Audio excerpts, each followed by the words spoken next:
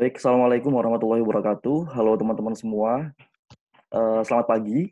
Ada Mbak Elo, ada Iya. Malahim, ada Katian, ada Indri, ada Ima Amia, ada Yasmin juga. Salam kenal semuanya yang belum kenal kami mungkin ya. Ini kita sudah bersama dengan narasumber kita, Mbak Ika Nurstiawati. Semoga teman-teman nanti sudah diberikan kesehatan yang luar biasa di hari ini dan seterusnya. Semoga pandemi juga tetap berlalu dan kita langsung saja. Mungkin teman-teman audionya bisa di off dulu. Mbak Ika sudah siap ya? Sebelumnya saya bacakan dulu kurikulum vitae dari Mbak Ika. Nama Ika Nurstiawati, pendidikan di tahun 2010 hingga tahun 2014 di Universitas 11 Maret University. Sama sih bahasa Indonesia jadinya. Kemudian di tahun 2016 hingga tahun 2017 di Kakushikan University itu untuk ini ya Mbak ya, apa namanya, program riset ya, riset penelitian gitu ya, penelitian sama aja sih. Terus di tahun 2018-2019 di Niigata University, dan di tahun 2019 hingga sekarang pendidikan master di geografi Nagoya University. Pagi ini kita bakal ngobrol bareng Mbak Ika tentang bagaimana kehidupan di Jepang, terus pendidikan di Jepang seperti apa, dan mungkin hal-hal yang terkait dunia pendidikan ya Mbak Ika ya, tentang bagaimana nantinya ke Jepang itu membutuhkan apa aja, dan tanpa TOEFL atau tanpa IELTS dan sebagainya mungkin nanti bisa lebih jelas dijelaskan oleh Mbak Ika juga. Sambil nunggu teman-teman juga, mungkin nanti kita tetap lanjutin dulu aja Mbak ya. Ini masih belum ada yang gabung lagi. Intinya di sini nanti kita boleh sharing-sharing, kita boleh tanya-tanya, konsultasi mungkin kendalanya apa, kemudian ke depan pengennya kayak gimana, lebih intens saja sama Mbak Ika gitu. Baik, silakan Mbak Ika. Apa namanya, waktu dan tempat saya persilakan. Tempat di Jepang Mbak Ika nih. Oke, Makasih ya, silakan. Mufid. Ini aku langsung share screen aja kali ya. Ya, aku Kita langsung mulai host aja kan dulu. ya? Ya, boleh. Uh, itu dong pengaturannya, tolong aku nggak Udah. bisa share screen. Udah, Mbak Ika udah jadi host kok. Udah ya? Oke.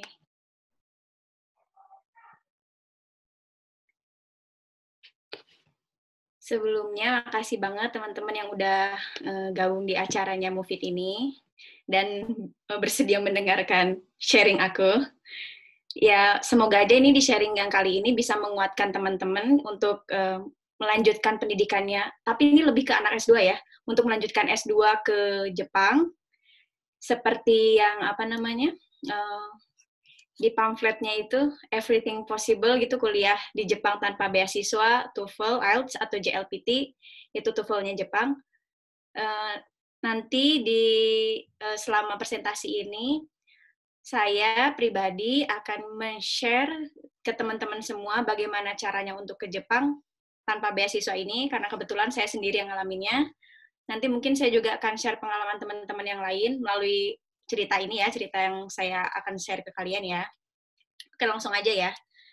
Jadi di sini saya akan share ke kalian 3 poin. Yang pertama, apa aja dokumen yang harus kita persiapkan untuk ke Jepang, kemudian gimana sih cara apply ke kampus yang ada di Jepang, dan gimana caranya survive. As I mentioned before ya, seperti yang aku tadi bilang, kalau tanpa beasiswa otomatis pastinya ada strategi-strategi khusus lah untuk tetap survive. Oke, yang langsung pertama aja. Sebenarnya nih, untuk ke Jepang, seperti yang kalian tahu, ada dua cara yang apa ya, bisa dibilang general ya, yang orang lain pada lakukan pada umumnya gitu. Yang pertama melalui jalur beasiswa, yang kedua self-funded. Ya, as you know ya, kalau jalur beasiswa otomatis kita harus punya ability yang bagus, dari mulai tes TOEFL dan kawan-kawan itu harus bagus, kemudian background yang bagus juga. Tapi kalau di self-funding, mungkin kita bisa mengesampingkan akademisinya kita ya, tapi kita bisa, ya let's say lah, misalnya kita berasal dari keluarga yang bisa dikatakan mampu. Nah, biasanya orang-orang ke Jepangnya itu mereka nggak perlu capek-capek lagi untuk apply sana-sini beasiswa yang terlalu banyak prosedurnya. Mereka ke sini dengan biaya biaya dari bisa dikatakan orang tua mereka atau mereka saving sendiri. Nah, kalau saya pribadi, saya awal ke Jepang tahun 2016, seperti yang Mas Mufid bilang, itu tanpa adanya beasiswa, plus saya juga bukan berasal dari orang yang bisa dikategorikan mampu. Kalau misalnya flashback lagi ke belakang, saya ke Jepang juga itu berdasarkan kalau bisa dibilang mungkin sumbangan para tetangga kanan kiri relatif gitu. Jadi saya yang uang yang harus kita kembalikan setelah kita selesai studi. Kalau bisa sih bukan sebelum sih, during kita studi di Jepang. Nah, itu yang sebenarnya saya lakukan dan yang saya ingin sampaikan ke kalian semua kalau everything is possible itu ini. Nah, sekarang, belum. Kok nggak bisa bergerak? Oke.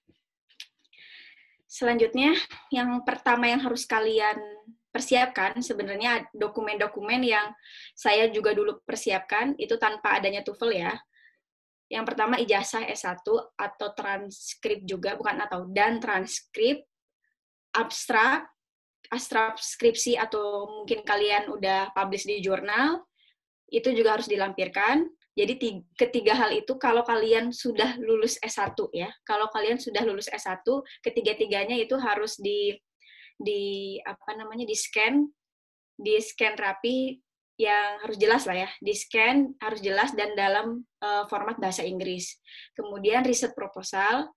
Untuk riset proposal sendiri, nanti Mas Mufid akan share ke kalian riset proposal seperti apa sih yang dulu pernah saya submit ke berbagai universitas yang ada di Jepang ini. Saya nanti nge-share ke kalian ada 2 bentuk riset proposal, karena kebetulan saya juga di Jepang ini udah tahun keempat dan udah 3 kali apply atau 3 kali studi di kampus yang berbeda-beda.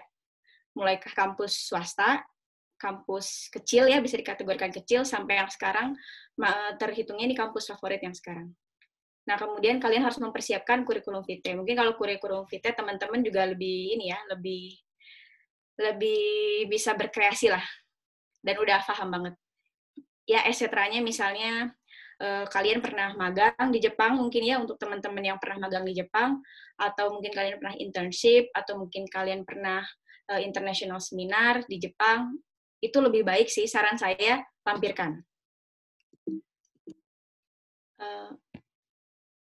Nah, untuk yang selanjutnya, setelah dokumen-dokumen yang tadi kalian sortir dengan baik, kalian udah persiapkan, yang harus kalian persiapkan lagi adalah list daftar kampus.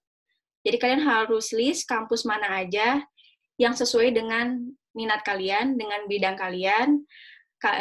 Kalau bisa juga sih, itu kampus yang kalian ranking juga gitu, dari kampus negeri yang bagus misalnya, atau swasta, atau misalnya kampus apapun, pokoknya kalian ranking. Jadi kalian bisa tahu gitu kan possibility-nya gitu, di mana aja yang kalian bisa apply. Kalau misalnya kalian udah selesai kirim email gitu ya ke beliau-beliau para profesor itu, nanti kalian bisa dengan dengan mudah gitu. Oh, yang ini gagal, misalnya yang ini keterima, yang ini perlu prosedur lebih lanjut.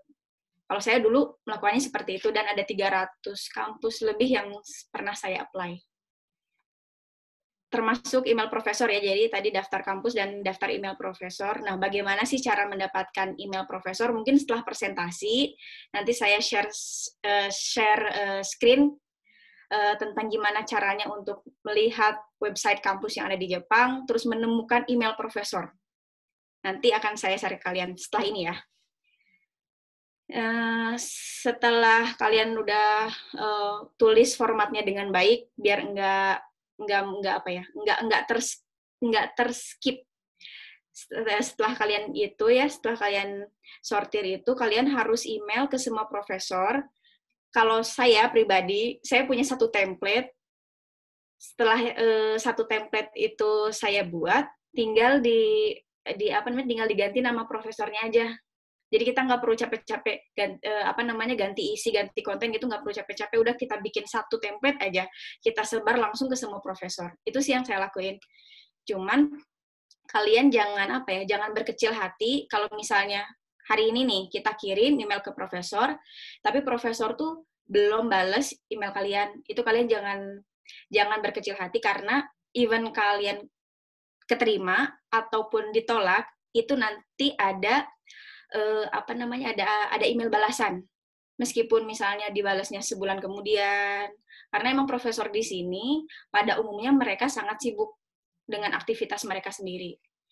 Jadi perlu kesabaran dan perlu proses yang bisa dikategorikan cukup memakan waktu ya.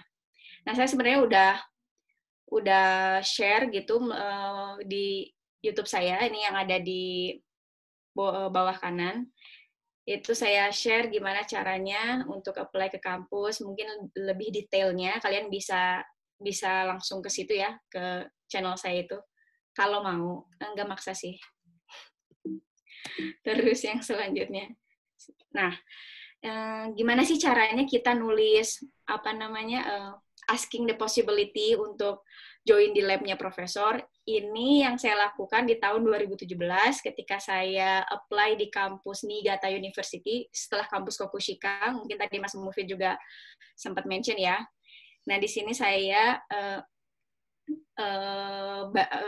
saya tunjukkan ya ke kalian nih untuk referensi mungkin ya. Ini juga saya sebenarnya dapat dari kalau nggak salah anak kampus mana ya, Harvard apa mana gitu ya, kalau nggak salah di Europe gitu. Karena kebetulan saya juga bahasa Inggrisnya benar-benar jelek gitu. Cuman ya itu yang tadi saya bilang namanya nekat ya. Kalian juga mungkin bisa copy paste juga kalau mau ya.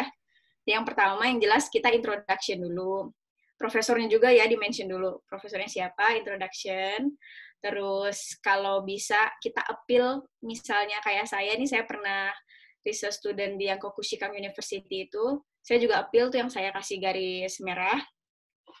Saya sebutkan, jadi biar menjadi pertimbangan profesor juga gitu. Kalau saya, Maaf, motong bentar ya. Mungkin beberapa teman-teman ada yang udah masuk, tapi di admit sama Mbak Ika coba. Soalnya Mbak Ika kan hostnya tuh, yang megang screen-nya soalnya. oh Oke, gitu. iya. Maaf ya, Ada nggak ada yang tadi. masuk? Mungkin. Tapi ini Di bawah, di paling bawah kok. kursornya nggak ada nih. Oke. Duh, maaf ya. Aku admit ya. Oke, teman-teman maaf dulu. Ya, teman-teman ya. Ya udah lebih baik begini aja kali ya tampilannya. Kelihatan nggak kalau begini? Oke, boleh. Biar kalau ada yang masuk lagi, ini sih gampang di admit. Udah di ini ya. Udah di admit. Oke. Udah ya, boleh dilanjut lagi? Boleh lanjut. Oke. Kita lanjut lagi ya teman-teman. Nah, yang di sini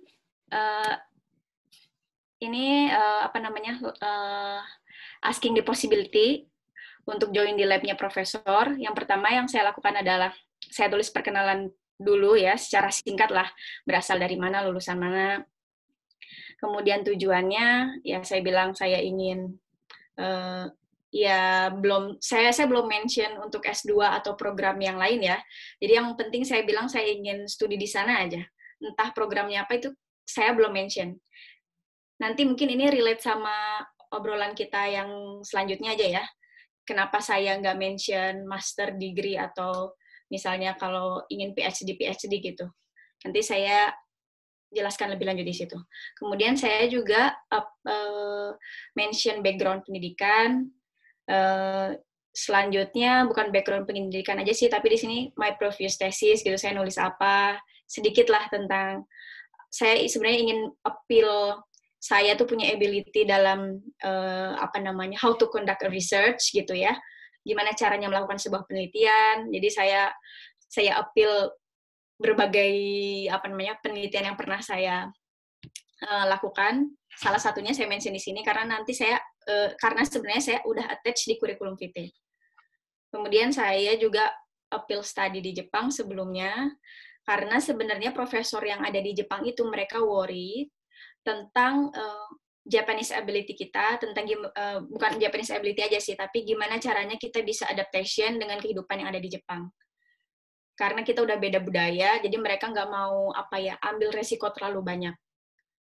Mereka inginnya kita tetap bisa untuk mengikuti perkuliahan dengan sistem yang Jepang lakukan. Kemudian saya juga mention juga ternyata saya mention master degree ya. Maaf. Ternyata saya mention master degree. Oke, sorry ya. Nah, kemudian saya juga mention dokumen yang terlampir dan appeal lagi gitu ya. Appeal di sini tuh dalam artian saya udah bikin riset proposal dengan tujuannya begini, dengan cara menelitinya mungkin a brief ya, singkat banget begini. Tapi saya juga bilang ke profesor, seandainya profesor ingin sorry ya teman-teman, ini ada pengumuman now includes unlimited minutes. Gak apa kali ya? Aku pencet oke aja ya.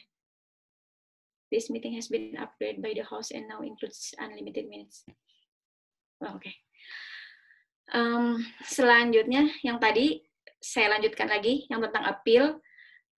Jadi maksudnya di sini adalah kalau misalnya profesor ingin mengganti kajian saya ke mungkin bidangnya beliau, saya dengan senang hati gitu. Saya menerima lah kalau misalnya mau sedikit di brush up gitu, nggak apa-apa. Biasanya emang profesor di Jepang itu karakternya lebih kayak senioritas kali ya.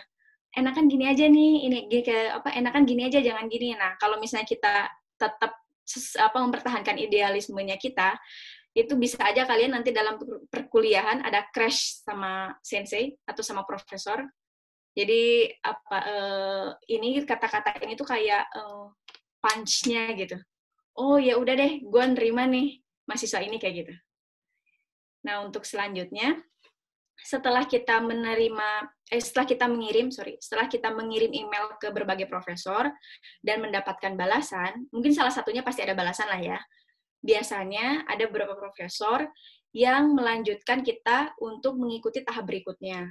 For example, misalnya kamu harus interview, kamu harus misalnya mengikuti written test, misal ya. Karena kan ini depend on the campus juga, depend on jurusan juga, depend on the power of the professor sendiri. Begitu. Setelah officially keterima, pihak Jepang, pihak kampus akan mengirimkan yang namanya letter of acceptance ke tempat kita, ke Indonesia. Kemudian kita harus melanjutkannya untuk mengurus visa pelajar. Nah, proses sampai visa pelajar ini itu memakan waktu kurang lebih 6 bulan, bahkan lebih, tergantung kesiapan kalian juga, tergantung situasi di Jepang juga, dan tergantung ngurus visa pelajar itu kayak ribet gitu loh, tergantung KBRI, tergantung kedutaan Jepangnya juga. Ya, kurang lebih 6 bulan. Karena awal perkuliahan di Jepang sebenarnya itu ada 2 dalam setahun, itu dia masuk April, dan ada juga yang masuknya bulan Oktober. Jadi kalau misalnya kalian ada yang benar-benar niat untuk misal S2 ke Jepang, kalau bisa sih sebelum lulus, kalian udah kontak-kontak dulu dengan profesor, kalian juga harus jelaskan gitu kondisi kalian sebenarnya belum lulus gitu, cuman kita approach dulu lah, kita bangun trust dulu dengan profesor. Begitu. Nah, untuk biaya awalnya, berapa sih biaya awal yang harus kita persiapkan untuk ke Jepang? Yang pertama itu tiket pesawat, yang kedua biaya semesteran.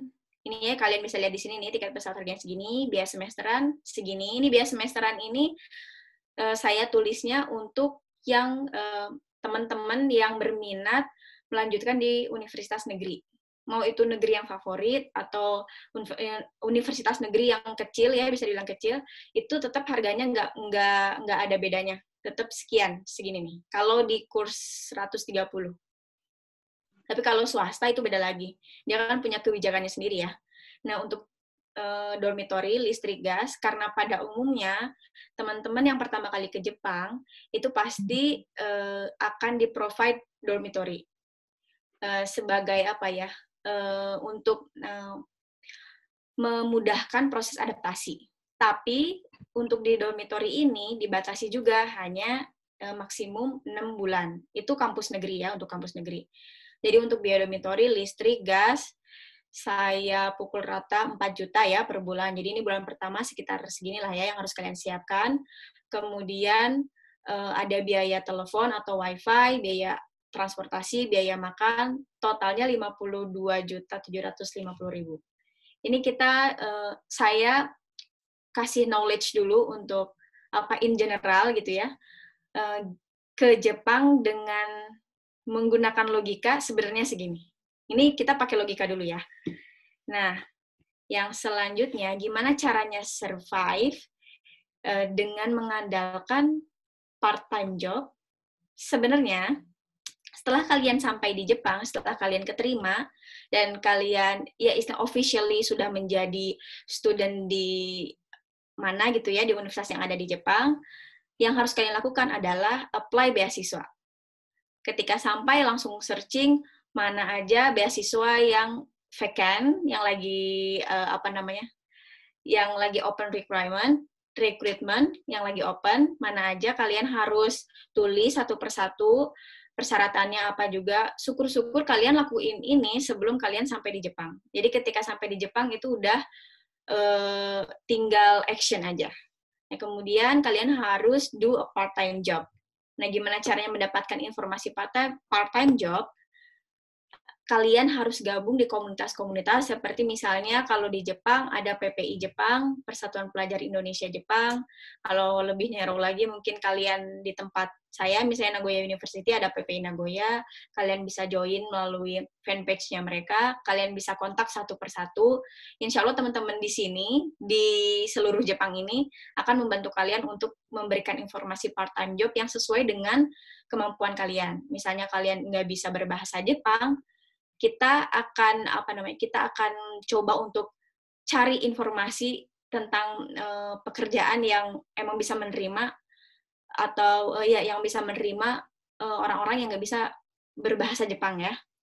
Kemudian yang ketiga adalah cari informasi mengenai international house.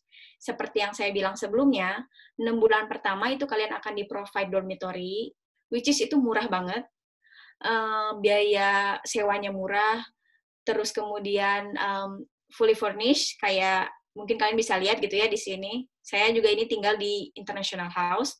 Cuman bedanya, International House ini adalah seperti programnya perusahaan, CSR-nya perusahaan untuk membantu international student seperti saya yang ada di sini. Jadi kalau di-compare dengan biaya sewanya dormitory yang ada di kampus, itu sangat berbeda jauh. Mungkin bisa dibilang 5% dari biaya normal kosan pada lainnya ya, kosan yang umum yang ada di sini. Mungkin bisa, kalau di sini tuh katakanlah 5 juta atau 6 juta per bulan untuk biaya kosan, tapi saya di sini cuman bayar 600.000 atau 800.000 lah ya, tergantung kurs juga.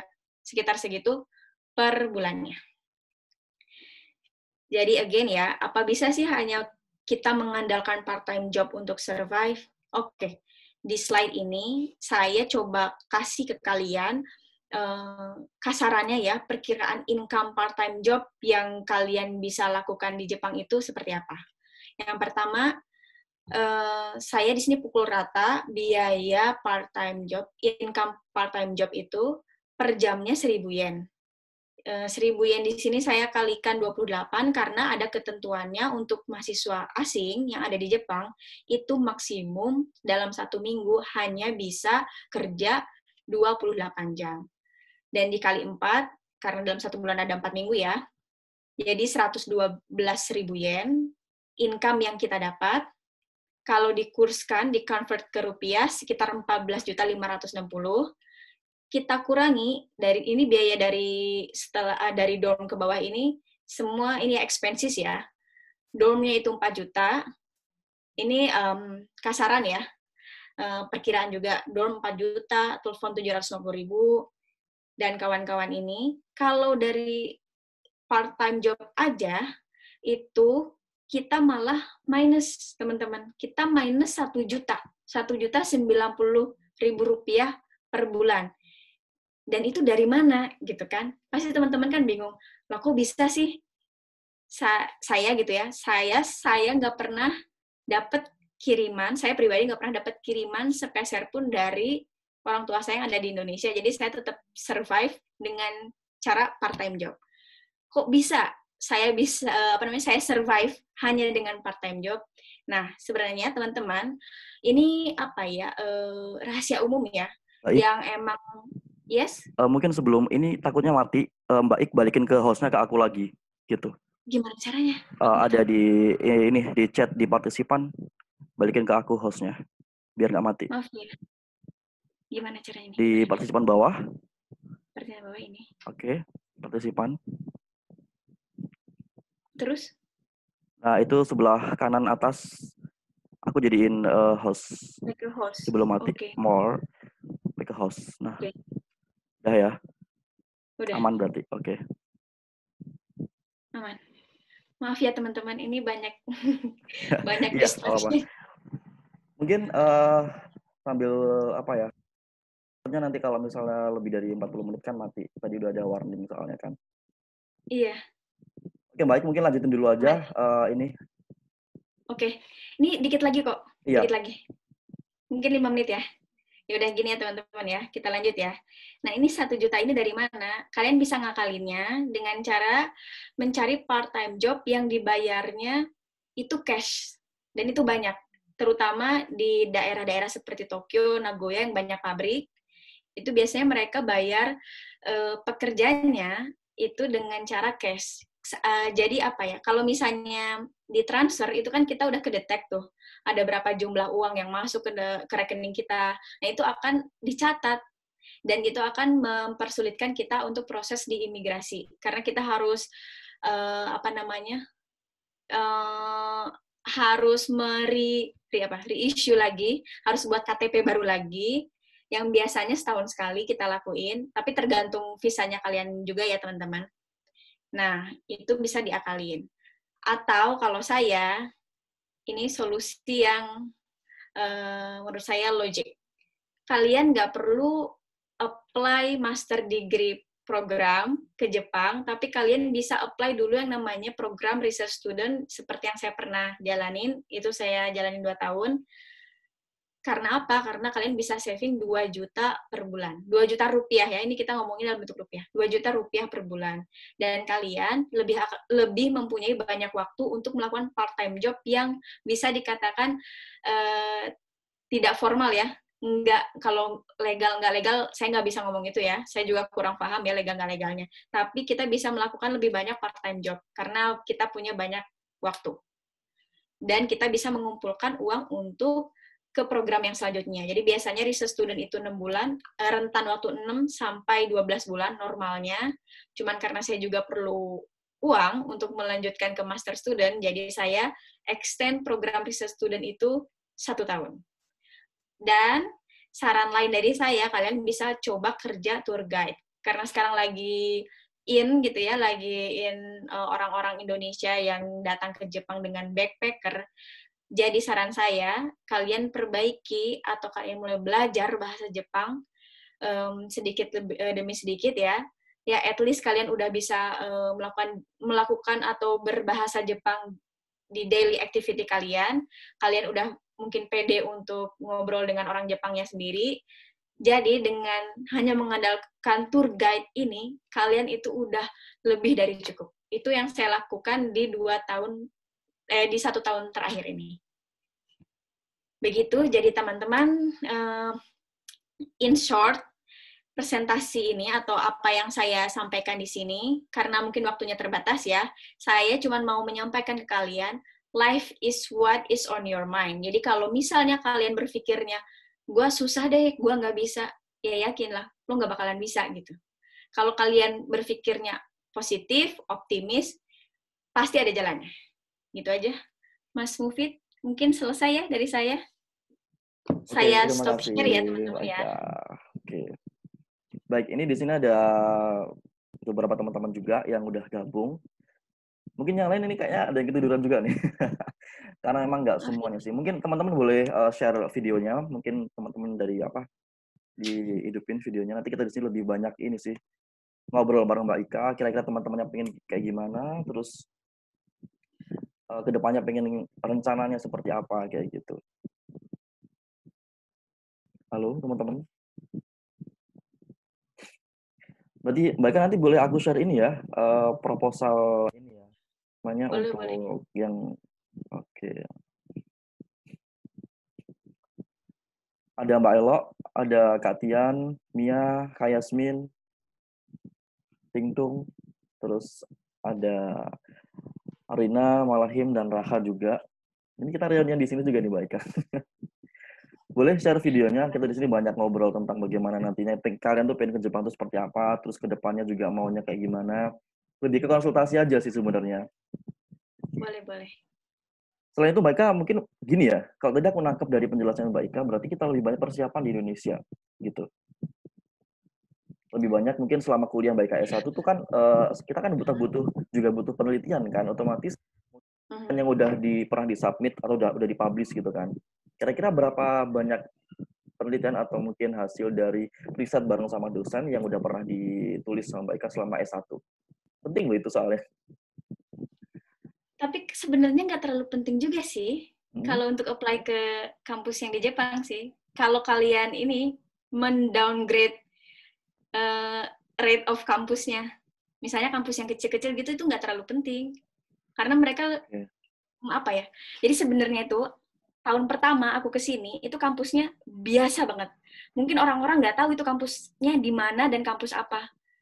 Dan mungkin kalau misalnya di-compare dengan kampus S1 saya yang dulu ya, itu jauh banget rankingnya di bawah kampus Indonesia. Oke, berarti tekniknya Jadi, adalah ketika kita masuk ke Jepang kita harus cari kampus yang lebih mohon maaf maksudnya iya, enggak lebih ya gitulah ya. jadi kayak sebenarnya kayak batu loncatan dulu. Kalau emang bener-bener niat untuk di Jepang ya, batu loncatan dulu untuk satu adaptasi, yang kedua ngumpulin uang. Sebenarnya itu. Dan belajar bahasa Jepang. Oh iya, satu. Ada Oke. yang nanya? Mungkin teman-teman gini, nanti kita langsung ngobrol aja. Jadi teman-teman bisa langsung sharing sama Mbak Ika, di on-kan aja videonya. Nanti langsung ngobrol sama Mbak Ika. Nanti saya kasih waktu untuk teman-teman ngobrol langsung satu-satu gitu. Kalian boleh? Itu Ya kayaknya oke, mungkin dijawab dulu Mbak Ika sambil nunggu teman-teman on ini ya, video. jawab dulu ya. Dijawab dulu aja nggak apa-apa. Dari siapa namanya? Mbak Mbak Tian. Salmatian. Mbak Tian. Ya, Waalaikumsalam. Saat apply research program, itu Mbak Ika sudah mahir bahasa Jepang? Enggak sama sekali. Saya bahasa Jepangnya nol. Jadi kita learning by doing aja, Mbak. Kalau emang bener-bener niat ya. Cuman apa ya, saya nggak bilang kalau dengan cara nekat ini tuh semuanya serba lancar. Saya nggak bilang gitu. Ini pasti ada kerikilnya, pasti ada batunya, pasti ada hambatannya. Cuman yang saya ingin tekankan ke teman-teman semua, tolong bertahan. Karena nanti pasti kalian akan menemukan gitu. Menemukan light-nya, menemukan cahayanya. Seperti yang saya sekarang udah rasain, alhamdulillah saya dapat 3 beasiswa setelah beberapa tahun di Jepang, dengan mungkin kalau saya harus share lebih lanjut gitu ya, saya itu kalau boleh kalian tahu, itu saya 2 bulan, 1 bulan tinggal di masjid, karena saya nggak punya kosan, saya nggak punya uang, dan semua barang-barang saya taruh di masjid yang di kedutaan ya, kedutaan kita. Ya saya bertahan di situ, saya tidur di situ. Saya juga 6 bulan menjadi pembantu rumah tangga di salah satu rumah pejabat lah ya, yang ada di Tokyo sana, di tahun pertama saya. Ya, sekali lagi saya pengen banget teman-teman itu jangan jangan patah semangat gitu untuk meraih apa yang kalian inginkan. Meskipun mungkin awalnya terkesan agak gimana ya, aduh saya bisa nggak ya, tapi yakinlah pokoknya harus semangat terus, pasti ada jalannya. Berarti Mbak Ika gini ya, berarti kampus yang mau dituju itu nggak semuanya membutuhkan IELTS atau TOEFL atau bahkan mungkin persyaratan untuk bahasa Jepang gitu ya? Enggak, saya di kampus yang sekarang, mungkin kalian bisa searching Nagoya University ya, itu kalau di Jepang itu urutan keempat, bisa dikatakan kampus favorit se-Jepang ya. Tapi percaya atau nggak percaya, saya masuk di kampus ini, saya keterima di sini, Terus saya nggak punya IELTS, saya nggak punya TOEFL, saya nggak punya tes bahasa Jepang sama sekali, even sampai sekarang. Karena Oke. saya pernah ikutan nih IELTS, itu parah banget kayaknya ya saya. Gimana gitu, skornya nggak memenuhi gitu. Kalau emang apa ya, sesuai dengan LPDP misalnya ya, mensyaratkan 500, kalau TOEFL 550 ya kalau nggak salah. 500 sama. Kalau ke Iya, luar negeri 550. saya nggak dapet, cuma 475. Saya cuma dapat per 75. Oke. Jadi nggak, apa ya, kalau menurut saya itu nggak ada reason untuk kalian patah semangat tuh, nggak ada reason. Kalau saya bisa, kenapa kalian nggak bisa gitu, teman-teman? Oke. Terus Mbak Ika selama awal-awal mungkin pertama kali Mbak Ika masuk ke Jepang itu pastinya kan ada seseorang yang mungkin pernah partner lah mungkin yang memotivasi Mbak Ika. Kira-kira siapa yang benar-benar menjadi orang, oh ini loh aku bawa Ika gitu ke Jepang, ini tanggung jawabku. Ada nggak yang kayak gitu? Buat Kalau jadi di tahun jaminan gitu pertama, lah. Biasanya kan bikin visa kan ada jaminan ya. jaminan tuh. Heeh. Kalau di tahun pertama, itu saya masuknya di Kokushikang University. Eh, saya coba ketik ya, kalau misalnya teman-teman apa namanya ingin tahu ya lebih lanjut gitu ya, ke Kokushikang University, kalian bisa searching kampus itu. Kebetulan menjalin kerjasama dengan WNS di tahun kedua, dan saya apply, dan itu pun banyak miracle lah. Jadi saya apply, as you know, saya nggak bisa bahasa Jepang, bahasa Inggris saya parah banget. Yang saya lakukan adalah mendekati teman-teman student exchange dari Jepang, dan saya suruh beliau itu, teman-teman yang berasal dari Jepang, mengisi semua formulir saya dalam bahasa Jepang. Dan saya cuma memorize. Jadi seandainya, jadi kayak kita imagine out gitu ya, oh nanti mungkin interviewernya akan ngobrol seperti ini, terus apa namanya, saya coba memorize, oh mungkin nanti saya jawabannya akan begini, begini, begini. Dan teman-teman tahu, saya gagal. Cuman di interview itu, saya memohon ke interviewer itu, ke profesor-profesor, kalau saya benar-benar pengen ke Jepang.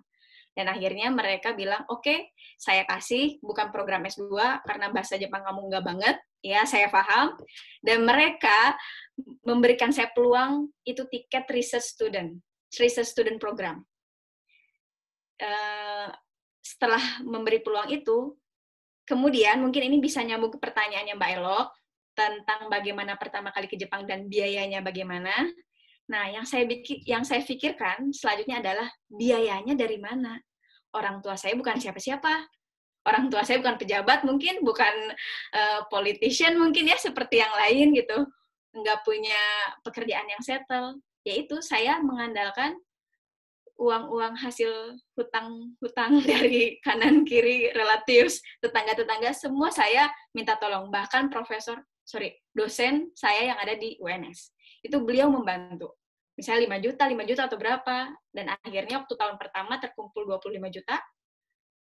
Dan di 25 juta itu, kalau yang saya sodorkan ya di share yang kali ini gitu ya, itu kan saya bilang, at least kalian harus punya 60 juta. Padahal saya hanya punya 25 juta. Tapi saya berangkat. Saya nggak tahu gitu otak saya ada di mana, tapi saya berangkat. Saya juga nggak tahu saya akan tinggal di mana, saya akan tidur di mana. Yang saya bisa lakukan waktu itu adalah searching teman-teman yang ada di kampus Kokushikang University, dan saya mohon satu persatu, tolong dong, saya boleh nggak nginep di tempat kalian? Padahal secara generalnya, dan ini rule-nya, kalau di Jepang itu, satu kosan nggak boleh dihuni oleh 2 orang. Itu harus 1 orang. Jadi bisa dikatakan ilegal. Itu saya lakukan 3 bulan kalau nggak salah ya, teman-teman. Saya lakukan 3 bulan, saya nggak bisa bahasa Jepang, alhamdulillahnya Mbak yang saya ikutin itu, beliau baik banget, beliau ngurus saya, beliau juga memotivasi saya kalau, Ika, nggak boleh kamu nyerah, kamu harus lanjut. Even gimana pun caranya, kamu harus jungkir balik atau kayak gimana, kamu harus lanjut. Ya, itulah, banyak lah jadinya. Banyak cerita. Teman-teman pengen cerita saya apa lagi? banyak yang saya bisa ceritakan mungkin ya untuk seorang nekaters. Nekaters, sorry bahasa aneh gue. Oke, Mbak Ika, berarti awal di kampus Niigata ya, awal pertama kali itu ya. Terus sekarang Kokushikang, di Tokushika, terus sekarang di pertama Nagoya. Kokushikang. Dari yang mungkin Mbak Ika tadi bilangnya kampusnya mungkin agak sedikit pinggir gitu ya. Terus sekarang di ranking keempat gitu. Kenapa sih yang dirasakan mulai dari mungkin cara belajarnya kan? Mungkin kalau yang di bawah tadi mungkin nggak butuh bahasa Jepang gitu ya. Terus di kampus yang rankingnya udah segitu tuh gimana? Pakai bahasa Inggris full kah atau tetap Jepang? Nah, begini. Yang pertama, sebenarnya motivasi saya kenapa milih Kokushikang itu adalah hanya untuk batu loncatan. Hanya untuk pengen tahu gimana Jepang, dan sebenarnya saya pengen merubah nasib lah. Kalau kita ingin keluar dari cycle of poverty, kita harus mencoba untuk mengupgrade education kita kan. Itu yang saya yang ini prinsip saya sih sebenarnya. Jadi yang saya lakukan yang awal itu ya udah gimana caranya untuk nge-upgrade, cuman ini bukan kampus ini deh tujuan saya. Tapi nggak apa-apa lah. Saya sadar soalnya saya nggak punya kemampuan bagus gitu ya di belakang saya, education background saya udah nggak banget ya kalau di-compare dengan teman-teman yang lain. Jadi emang itu untuk batu loncatan, dan ketika di situ saya berusaha untuk belajar bahasa Jepang, gimana bahasa Jepang dengan learning by doing, dengan strategi yang saya punya sendiri. Saya berusaha untuk ngumpulin uang yang mungkin yang tadi saya bilang gitu ya, saya itu berasal dari mungkin kolektif hutang gitu ya, dari sana sini, itu saya harus lunasi di tahun pertama. Jadi saya kumpulkan uang untuk melunasi hutang, uang untuk S2, uang untuk untuk saya hidup yang lebih baik lah, nggak ngikut di orang karena itu ilegal banget. Tapi di sisi lain saya ada waktu untuk mencari kampus yang lebih baik. Harus mencari setidaknya negeri lah. Karena apa? Karena saya pribadi punya cita-cita, saya ingin menjadi pengajar di Indonesia. Kalau misalnya saya hanya mohon maaf ya, lulusan kampus yang bisa dikatakan itu jauh grade-nya di bawah kampus saya yang dulu, itu buat apa? Saya dapat apa?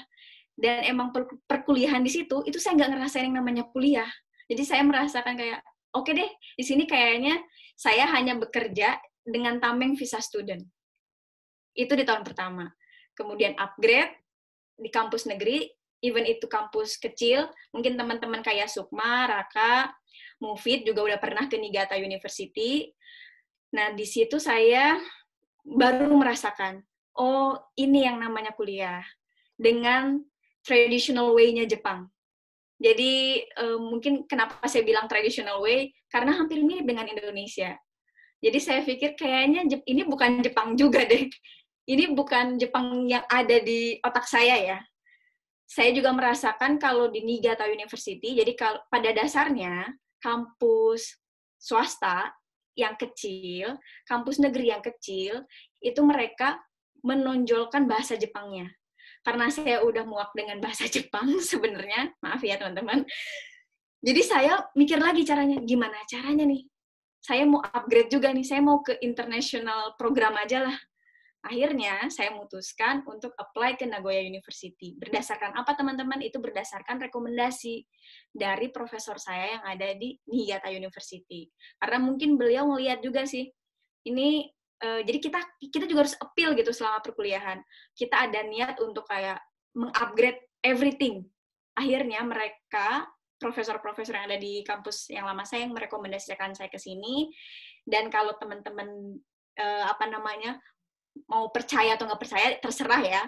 Pokoknya ketika ujian S2, jadi ujian S2 saya di Nagoya University itu disamaratakan dengan Japanese, dengan orang-orang Jepang. Cuman bedanya hanya versinya dalam bahasa Inggris. Hanya versinya dalam bahasa Inggris. Dan yang saya bilang percaya nggak percayanya itu adalah semua poin-poin question-questionnya itu saya udah pelajari ternyata di Niigata University. Jadi seperti seolah-olah mereka nge-adjustment itu tes ujian masuk itu hanya untuk saya gitu teman-teman. Nah ini yang miracle yang benar-benar saya nggak tahu harus bilangnya kayak gimana lagi. Oke. Begitu sih. Nah, Mbak, ini ada beberapa yang nanya juga. Sukma, tahan dulu ya, karena kita untuk tips belajar Nihongo ini juga cukup lama nanti, Mbak, ya pastinya. Ini Mia nih, selamat pagi Mbak Ika. Apakah ada koneksi atau saudara di Jepang? Bagaimana membangun komunikasi dan kenal-kenal dengan saudara di Indonesia di Jepang? Kayak gimana tuh? Selain tadi PPI juga udah dijelasin juga, mungkin ada koneksi lain, Mbak, keluarga mungkin? Saya nggak punya siapa-siapa di sini, Mas Mufid. Saya di sini nggak punya siapa-siapa, cuman alhamdulillahnya, mungkin karena apa ya, jadi sebenarnya ini terlepas dari cerita inilah ya. Misalnya kalian punya bad experience yang tiba-tiba menghantam kalian gitu ya teman-teman, mau dalam bidang apapun itu. Terus kalian pasti merasa putus asa, pasti merasa kecewa, pasti pernah berpikir kayak, kenapa sih? Ini maaf ya, saya kebetulan Islam, jadi kayak, ini kenapa sih kok Allah tiba-tiba ngasih cobaan kayak gini banget sih? Ya nggak sih teman-teman? Pasti kalian kan bisa berpikir seperti itu kan? Ini wajar lah, saya juga sih sepertinya. Cuman ternyata, itu tuh cara Allah untuk, mengajarkan kita. Mengajarkan kita artinya kehidupan itu gitu. Dan ternyata dari situasi yang mungkin nggak semua orang punya, nggak semua orang menghadapi situasi yang rumit kayak gini seperti saya, itu di situ koneksi terbuka luas. Karena apa? Karena yang saya bilang saya pernah jadi pembantu tuh di salah satu rumah pejabat, dari situ itu koneksinya satu persatu terbuka. Dari mulai saya kenal dengan pejabat-pejabat tinggi yang ada di kedutaan, dari mulai saya kenal dengan orang tua angkat saya yang sekarang, yang orang Jepang, yang dia adalah CEO perusahaan di Jepang, itu saya bersyukur sekali. Jadi, cuman gimana caranya saya ketemu itu saya nggak tahu. Itu tiba-tiba, jadi saya nggak bisa untuk mencoba untuk menjadikan, membuat ini logis itu saya nggak bisa. Karena everything yang ada di sini itu miracle dan nggak logis. Tergantung niat berarti ya. Kalau ada niat pasti ada jalan juga gitu ya, Mbak ya. Ya asal jangan mencong-mencong gitu. Ya, Kalian harus lurus, niatnya lurus-lurus apa aja. gitu ya. Harus baik gitu. Nah, ini Malakim juga, Mbak. Mbak, di sana itu gimana sistemnya bisa masuk ke kampus? Tadi kan dari mungkin kampus swasta gitu ya, Mbak ya. Terus sekarang di negeri itu, kira-kira prosedur apa sih yang mungkin membedakan kayak gitu mungkin maksudnya ini? Sistemnya bagaimana? Sistem belajarnya mungkin.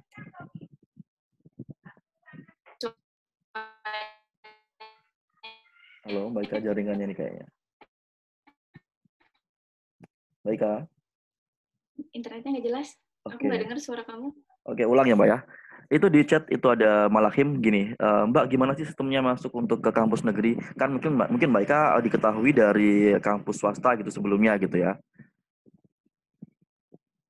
Oke, kayaknya ini nge-lag nih.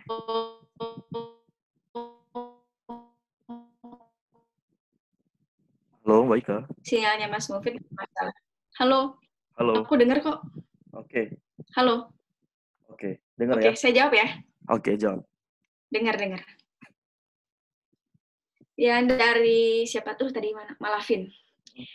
Sistem bisa masuk ke kampus negeri, kalau misalnya dari, tergantung kalian apply-nya ada di Jepang atau enggak. Kalau kalian apply-nya sudah berada di Jepang, seperti yang saya lakukan, untuk kasusnya Nagoya University, mungkin kasus kampus negeri yang lain ya, itu kalian harus pertama online dulu, menghubungi profesornya dulu, seperti yang udah kalian lakukan kalau ada di Indonesia ya.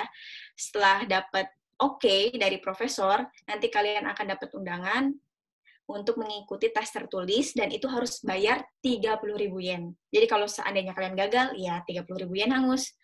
30.000 yen sekitar 4 juta rupiah. Nah, kalian akan mengikuti tes tertulis plus tes interview. Ada 3 kali tes tertulis, ada sekali tes interview. Di 2 hari, dalam waktu 2 hari. Jadi hari pertama itu tes tertulis aja. Hari kedua itu interview. Tes tertulisnya apa? Yang pertama adalah, misalnya saya belongs to JSIS. JSIS itu Graduate School of Environmental Studies. Jadi saya harus tahu apa sih itu terminologi yang biasanya kita pelajari di di environmental studies. Jadi kayak general doang. Nah, yang keduanya itu tesnya khusus ke majornya kita. Karena saya ambil geografi, jadi saya harus tahu konsep-konsep yang ada di geografi. Dan yang ketiga itu tes bahasa Inggris. Jadi kita baca satu paper, itu kita summarize isinya apa aja, begitu. Tapi kalau di kampus swasta itu tesnya bisa dikatakan mungkin ini ya, apa namanya, formalitas kali ya. Jadi kayak nggak bisa dijelasin juga kayak formatnya seperti apa, itu nggak bisa dijelasin soalnya. Ya tergantung kedekatan kita dengan profesor juga sih sebenarnya. Begitu. Ini sebelum ke pertanyaan yang lainnya, Mufid, saya ada pertanyaan dari mungkin nggak perlu disebutin. Oh, boleh disebutin. Dari Mbak Elok, gimana caranya bisa masuk ke rumah internasional hanya 15% dari dormitory lokal? Nah, itu biasanya pihak kampus yang mendistribusikan informasi tentang International House. Jadi kita, para mahasiswanya, harus aware gitu ya, harus cek juga frequently itu apa aja informasinya, kita langsung lihat ke website-nya, kan nanti biasanya dia langsung link ke website-nya langsung ya. Terus kita persiapkan semua dokumennya hampir sama seperti kita ingin mengajukan beasiswa, tapi perbedaannya adalah ada interview 2 kali. Pertama, interview di tahap kampus, yang kedua interview dengan pihak perusahaan, karena International House ini dia diorganize oleh perusahaan-perusahaan besar, begitu. Jadi, kalau ingin masuk ke International House, itu harus bisa setidaknya berbahasa Jepang yang dasar-dasar lah. Setidaknya kalau ditanya oleh interviewer, kita harus bisa jawab dengan bahasa Jepang juga gitu. Oke. Lagi-lagi bahasa ya Mbak, yang penting ya bahasa Inggris dan bahasa Jepang itu tetap nomor 1 gitu ya. Kalau tinggal di negaranya orang. Betul. Karena kalau Jepang kan kesehariannya kan juga pakai bahasa Jepang ya. Iya, jadi bisa lah gampang. Kalau kalian dari nol langsung bisa bahasa Jepang, gampang lah. Dengan banyak-banyak ini aja, melakukan part-time job. Itu nggak mungkin kalian ngomong Inggris. Jadi nanti di situ lama-lama terlatih. Bisa lah, paling 2 bulan, 3 bulan juga udah lancar. Yakin, kayak bukan bahasa Jawa, Yakin, bukan bahasa Madura loh Mbak. yakin. Soalnya plus kepepet. Oke. Plus kepepet. Itu Niatnya pasti. berarti ya. Pasti. Oke, lanjut ke pertanyaan selanjutnya Mbak. Dari Ya, Yasmin, Mbak boleh. Ika mau tanya, kan tadi Mbak Ika bilang akhirnya sekarang Mbak Ika bisa dapat tips dan trik mungkin dari proses mencari beasiswa sampai tahap ujian dan interview. Lagi ya, mungkin bahasa sih ya. Bahasa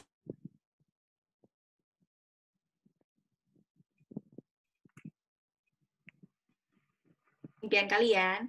Yang pertama harus kalian deketin, selain profesor kalian tentunya, itu adalah international advisor-nya di fakulti kalian. Jadi kayak apa ya, kalau di Indonesia mungkin international office-nya ya, international office di setiap fakultas. Itu kalian harus deketin beliau. Kalian harus, apa ya, jadikanlah beliau itu tempat curhat. Beliau 2 itu ya, dosen kalian dengan international advisor. Jadikanlah beliau tempat curhat, karena dari situ mereka akan menilai kita ini layak nggak sih gitu dikasih beasiswa ini, karena beasiswanya itu sebenarnya itu politikalnya itu kuat banget. Jadi kalau misalnya kebetulan dosen saya yang di sini, profesor saya yang di sini adalah wakil dekan, dan international advisor-nya juga termasuk yang bisa diperhitungkan, akhirnya semua yang daftar mungkin bisa apa ya, bukan bisa di cut down enggak sih, tapi mungkin saya gitu ya, saya pribadi lebih ditonjolkan oleh mereka orang gitu. Banyak lah, jadi banyak agens yang involve di cara saya untuk apply beasiswa sebenarnya. Dan miracle, cuman kalian harus tunjukin, saya di sini buat belajar, saya di sini bukan untuk bekerja, tapi saya di sini untuk belajar. Udah itu aja. tunjukin loyalitas kali ya. Loyalitas kalian juga sih. Kedekatan dengan dosen lah intinya gitu ya, Mbak. Di mana aja pasti itu nomor satu juga kan, Mbak ya. Iya sih, Indonesia juga sama kan ya, teman-teman. Bener. Nah, ini Mbak, tadi aku sempat mungkin flashback ke belakang dengan apa yang dikatakan Mbak Ika tadi bahwa kalau bukan pas buat visa itu kan persyaratannya 60 juta untuk visa student-nya. Tapi Mbak Ika cuma punya 25 juta, kemudian lolos dan berangkat.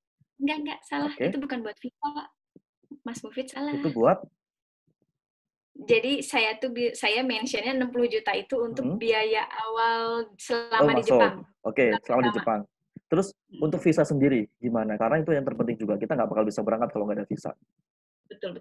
Nah, Untuk visa sebenarnya kita harus ada biaya mengendap yang ada di rekening orang tua. Taruhlah ya orang tua. Kalau orang tua teman-teman itu bukan PNS atau bukan pekerja swasta yang punya slip gaji, kayak orang tua saya yang hanya wira swasta kecil, jadi mau nggak mau di rekening ayah saya itu harus ada uang minimal 100 juta. Itu di tahun 2016. Jadi mungkin kalian bisa upgrade ya untuk di tahun yang sekarang atau tahun selanjutnya itu bisa upgrade lah 120 mungkin udah aman. Harus ada uang segitu. itu udah Untuk orang hanya tua. di print buku rekening. Setelah itu seminggu kemudian kalian balikin aja kalau misalnya kalian sistemnya sama kayak saya minjem gitu ya. Minjem masukin 100 juta, print out, langsung apply visa, balikin lagi. Makasih gitu. Oke, itu teknik Ya. aja berarti ya. Kita pinter-pinter bikin Teknik. tekniknya buat bikin visa. Oke, nah ini teman-teman silakan di-on-kan video kalian. Boleh sharing-sharing, kalau mungkin masih malu juga nggak apa-apa sih. Ini ada Rina nih, boleh? Pengen ke Jepang nih katanya nih. Oh iya, boleh. Boleh kita sharing-sharing di sini. Mbak Buat Elok lagi teman-teman nih, juga. ada juga. Siapa? Mbak Rina dulu. Mbak Rina mau ini? Boleh. Mau nanya? Kita sharing dulu sama Halo Rina. Mbak Ika. Iya, halo. Ini Mbak Rina ya? Iya. Iya, benar. Hebat banget. Aku sampai, aduh, bingung ngomong apa. Enggak, bukan itu. Ini kan the power of kepepet, Mbak. Emang Mbak Ika tuh awal mulanya benar-benar pingin banget ke Jepang atau gimana tuh Mbak? Aku baru join tuh tadi. Waktu jam berapa tadi ya? 9:30-an. Mungkin big motivation-nya kali ya, karena tadi sih sebenarnya udah saya ceritakan juga sih Mbak Rina. Cuman ini ya merevise, mengingatkan lagi. Jadi sebenarnya big motivation-nya adalah karena saya bukan siapa-siapa. Keluarga saya juga bukan siapa-siapa. Kita dari orang yang sangat biasa, dan saya punya prinsip gimana caranya untuk keluar dari cycle of poverty itu adalah dengan cara mengupgrade education. Jadi bukan mau nggak mau sih ya. Jadi opportunity yang ada di depan saya itu saya ambil.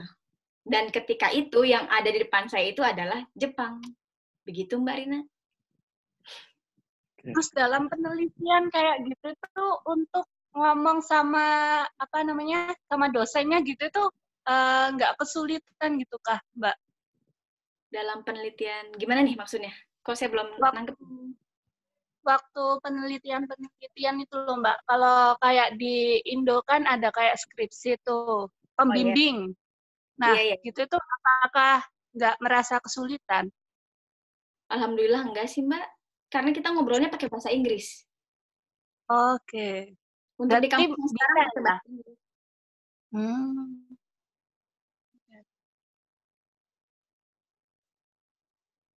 Gimana Mbak Rina? Masuk aja. Oke. Intinya gimana mungkin Rina lebih kepada motivasi apa sih yang mungkin membuat Mbak Ika sehingga pengen kuliah di Jepang gitu, mungkin pengen belajar di Jepang gitu kan, sampai perjuangannya tuh luar biasa gitu loh Mbak. Gitu ya. Benar. Iya, ya begitu sih. Ini karena background belakang saya aja kali ya. Saya soalnya udah desperate dengan ini, kehidupan di Indonesia. Kayaknya kalau di Indonesia saya nggak bisa berkembang deh. Gitu-gitu aja deh. Kalau boleh tahu di Jepang teman-teman mahasiswa yang mungkin nggak berbeasiswa itu mereka kuliahnya atau mungkin background keluarganya seperti apa kebanyakan yang Mbak Ika tahu? Kebanyakan yang saya tahu, at least mereka itu bisa dikategorikan mampu. Karena teman-teman yang udah, bukan yang udah ya, yang dekat dengan saya dan yang pernah saya sedikit interview ya secara tidak langsung, itu mereka pasti dapat kiriman per bulan at least 10 juta atau 5 juta lah gitu. Ya kalau saya mah siapa ya? Oke, ini langsung kita sambil nunggu teman-teman nanya lagi. Dari Sukma tadi belum dijawab, Mbak Ika, untuk tips dan trik belajar nih. Iya, Monggo untuk belajar yang mungkin apa ya, simple gitu. Karena Mbak Ika kan juga sambil belajar, juga kerja dan mempelajari bahasa juga gitu loh. Dalam satu waktu sekaligus. ya kalau misalnya belajar bahasa, mau bahasa apapun itu kan tetap harus praktis ya. Jadi kalau saran saya, belajar bahasa Jepangnya itu ya dengan cara kita lakukan setiap hari. Misalnya, saya kan orangnya nggak mau rugi ya. Ngapain kita hanya ngobrol dengan kaca misalnya ya, seperti yang orang-orang lakukan gitu ya, praktis bahasa lewat kaca. Enggak, saya mendingan praktis dengan orang Jepang langsung. Tapi dalam konteksnya part-time job, jadi saya juga bisa dapat uang, begitu. Terserah mau mereka marahin dulu, saya pokoknya belajar aja. Oke, nah selama di Indonesia Mbak, selama di kampus 11 Maret, adakah mungkin teman-teman dari Jepang atau mungkin dari international student gitu yang mungkin membawa Mbak Ika, mungkin Kak, kamu nanti harus ke Jepang nih, kamu harus sekolah di Jepang gitu, ada nggak yang kayak gitu sebelumnya? Sehingga Mbak Ika tuh bener-bener nekat, oh ya udah aku punya teman di sana gitu. Sebenarnya saya punya teman orang Jepang yang lagi student exchange di UNS zaman dulu tuh ya, dan beliau itu nanya, sebenarnya Mbak Ika setelah lulus ini pengen jadi apa sih? Pengen ngapain sih? Ya iseng. Bolehlah, saya ngikut kamu aja. Saya pengen kuliah di Jepang. Ini iseng. Saya juga nggak ada niatan mau ke Jepang karena tujuan saya bukan Jepang sebenarnya. Tujuan saya itu luas gitu, apapun gitu, mana aja terserah. Sebenarnya begitu ya. Nah, akhirnya ya beliau itu yang ngasih tahu kalau ada bukaan, ada apa namanya, ada vakansi untuk penerimaan mahasiswa S2 di kampusnya temanku itu ya, yang anak Kokushikang University. Nah dari situ deh baru iseng-iseng berhadiah lah. Oke. Terus kendala bahasa Inggris selama ini memang kalau di mungkin yang di negeri, kampus negeri, bisa dikatakan kampus negeri itu kan bahasa Inggris masih bisa dipraktekkan ya Mbak ya. Nah untuk di kampus swasta yang sebelumnya pertama kali Mbak Ika selama setahun itu mungkin perjuangan yang luar biasa, itu gimana aplikasinya? Itu saya Udah nggak sebenarnya ada bekal bahasa Jepang, terus kampusnya juga full bahasa Jepang gitu loh. ya Gimana itu tuh? tahun pertama yang jelas nangis. Saya setahun itu nggak pernah kayaknya senyum itu nggak pernah deh kayaknya ya.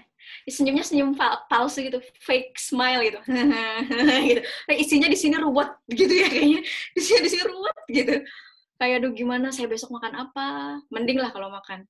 Orang pernah beberapa bulan, 3 bulan apa 2 bulan gitu telat nggak bayar semesteran. Jadi kalau mau ke kampus itu jalur belakang gitu. Zaman dulu tuh.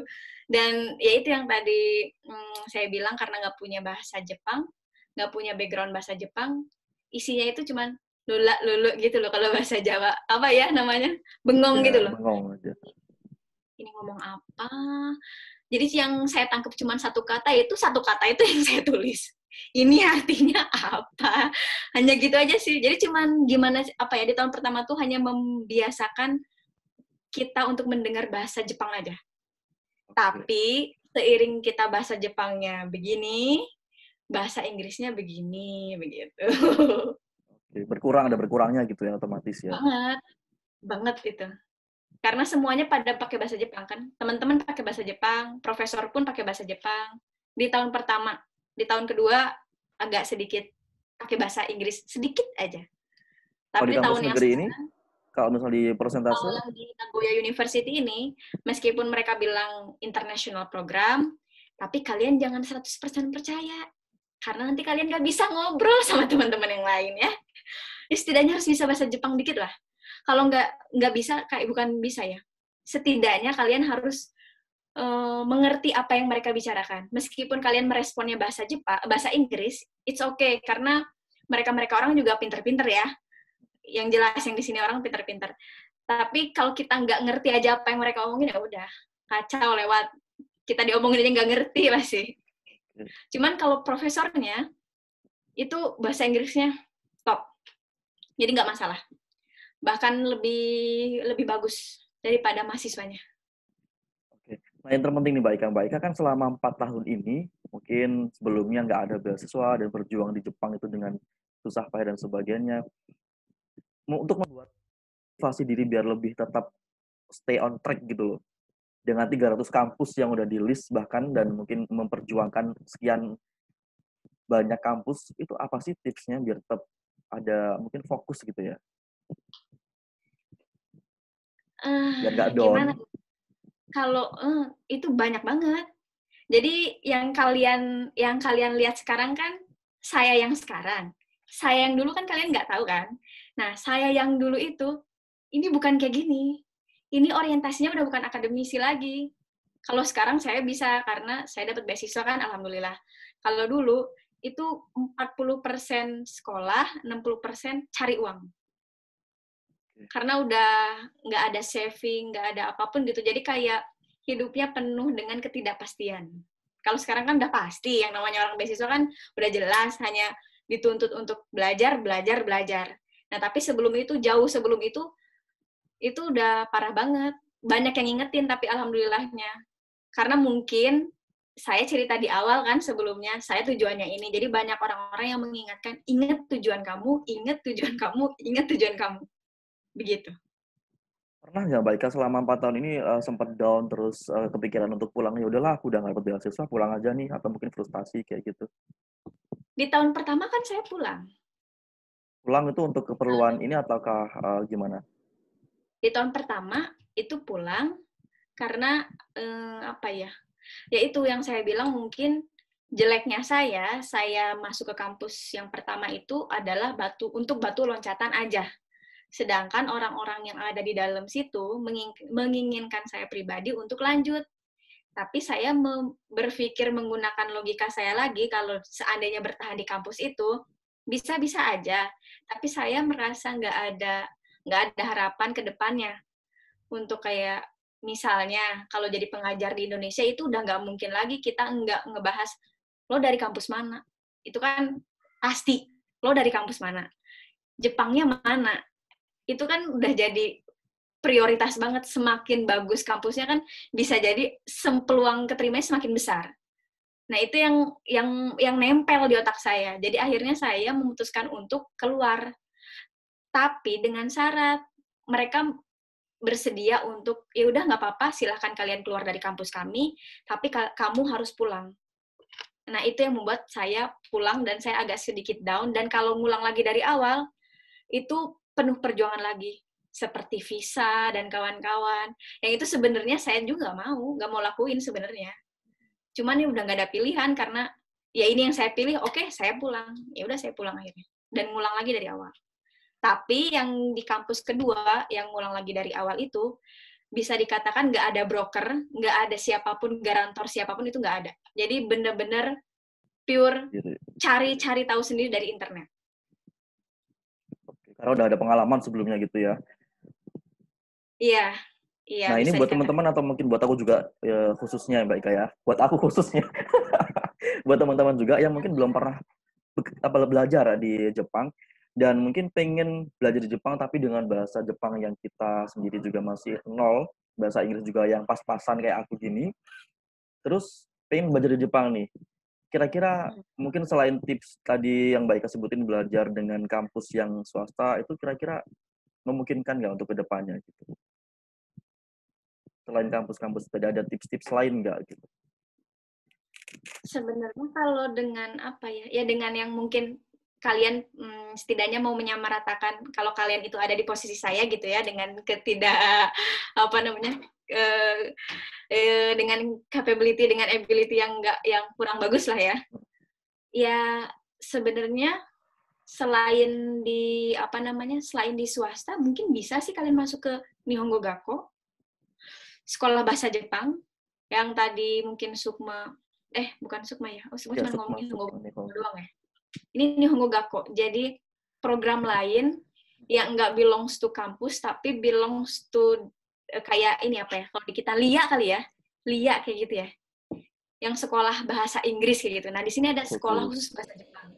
Oh Nah, gitu. bisa kalian masuk ke situ, itu programnya rata-rata 2 tahun, tapi ada juga yang ngasih program 1 tahun, tergantung kalian mau pilihnya yang mana. Nah, nanti selama mengikuti program itu, biasanya guru-gurunya akan nanya gitu lebih lanjut, kalian setelah ini pengen jadi apa? Pengen pulang ke Indonesia kah? Atau pengen lanjut di sini kah? Lanjut di sininya mau apa? Kalian mau bekerja kah? Atau kalian mau lanjut kuliah? Jadi ada penjurusannya lagi biasanya. Nah, kalian bisa ikut ikut di situ gitu untuk kayak mungkin kalian pengen memperdalam bahasa Jepang, ya saya sarankan di situ aja. Tapi kalian nggak pengen, saya nggak mau S2 lah, atau enggak, ya udah saya cukup S1 di Indonesia aja loh, tapi saya pengen ke Jepang. Nah, itu bagus banget buat kalian. Nah, itu Hmm. kisaran biaya buat Nihongo Gaku tuh berapa, Mbak? Yang saya tahu, karena saya bukan ini ya, saya nggak punya experience Nihongo Gakko, yang saya tahu kisarannya 70 juta. Yang Wow, saya tahu ya. Itu 70 juta untuk biaya 1 tahun. Itu biaya sekolahnya doang ya, belum 70 biaya juta. hidup. Belum. Dan biasanya kalau Nihongo Gakko itu waktunya lebih strict lagi. Setiap hari kalian harus belajar. Senin sampai Jumat kalian harus belajar, 1 minggu libur. Kalau misalnya research student, program research student atau program pra S2, itu biasanya dalam 1 minggu, itu kalian hanya belajar 2 hari aja. Kalau program master, itu biasanya dalam 1 minggu itu 3 atau 4 hari. Tergantung strategi kalian pengen seperti apa. Kalau strategi saya mau menghabiskan SKS saya di tahun pertama. Jadi tahun pertama itu saya sibuk banget. Begitu. Nah, ini Nihongo sama kayak Gakko Sukma tadi, aku juga mau nanya gitu tuh. Nggak ada beasiswa ya Nihongo Gaku, atau mungkin research student yang mungkin ada beasiswanya gitu. Tahu nggak apa-apa lah, beasiswa. research student ada beasiswanya, Ada, Mbak Ika ada. kemarin beasiswa Kalau nggak? Belum ya? research student kalian bisa mengikuti programnya kedutaan Jepang, namanya Mombu Kagakusho. Itu kalian diwajibkan research student malah. Setelah research student, kalau kalian lolos untuk S2, nanti mereka yang membayarkan, mereka mengcover everything. Itu Tapi Mombu kan harus pakai Kagakusho. bahasa Jepang juga. Kan kita nggak Jepang nih, gimana dong? Enggak, kalau membuka Gakusho, itu syaratnya hanya TOEFL, IELTS, dan kawan-kawan itu Sama loh. aja, Mbak. Nanti kalian hanya interview. Nah, ya udah kalau itu lupakan saja. Atau Ini kita tuh maunya tuh kayak Mbak Ika gitu ke Jepang, terus dengan berangkat yang nol tanpa IELTS, dan ya tapi pakai beasiswa kan, Mbak Ika kan belum ada beasiswa tuh. Tapi kita pengen beasiswa. lah ya Maruk ya. kalian ini ya hidup harus memilih loh, pengen dua-duanya tapi enak itu nggak ada. Iya, kita mau enaknya, Mbak. Kalau Nihongo Gakko itu ada beasiswa juga. Yang saya tahu ada ya, ada yang Oke. provide beasiswa. Tapi ini untuk teman-teman ya yang emang tertarik Nihongo Gakko, kalian harus telusuri lebih jauh lagi siapa organizernya. Karena ya ini mohon maaf banget ya, mungkin buat pelajaran buat teman-teman juga ya. Banyak yang ingin Nihongo Gakko, tapi banyak juga mereka yang tertipu. Oh, ada ini, Karena ada brokernya. iya, karena emang ini lahan basah banget, terutama bagi apa ya, kan ya as you know lah teman-teman di Indonesia banyak banget orang yang pengen ke Jepang, tapi pengennya gue instan aja lah, kayak gitu. Nah, itu dia tuh. Gue Sama kayak aku instan tadi. aja. Jadi kalian harus hati-hati gitu. Mending yang aman gitu loh. Atau enggak yang sendiri, tapi ya it takes long time gitu kan. Banyak ya kayak saya 4 tahun lah, gila ya S2 4 tahun. Oke, Ya nggak jadi apa-apa lah, kalau tapi mau Bu dari kementerian tuh biasanya sejak riset sampai S2 ya, Mbak ya, gitu. iya, iya benar-benar. Kalau untuk Mombu itu dari research student, karena nggak ada Mombu yang langsung S2.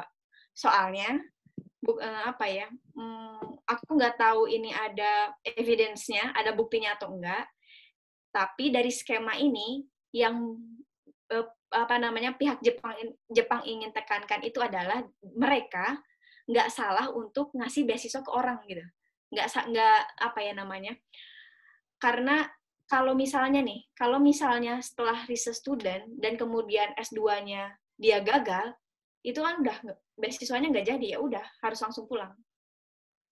Gitu skemanya Mombu. Nah, kalau S1, kalau untuk research student ini apa dibatasi usia apa gimana, Mbak? Untuk Gimana? research student. Untuk riset student apakah harus dibatasi usia apa gimana tuh persyaratan di kampus kayak tadi apa sih Kokushikan itu atau Niigata? Kalau Kokushikan setahu saya enggak ya.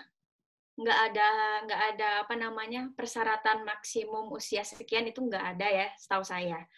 Yang di swasta Kokushikan doang. Saya nggak tahu kalau Waseda itu bukan kampus saya, cuman dan nggak ada obrolannya tentang Waseda yang sampai ke telinga saya. Tapi kalau kampus di negeri, kok saya dengar ya baru-baru ini nggak tahu tahun ini atau tahun kemarin itu diberlakukan loh pembatasan maksimum usianya itu loh.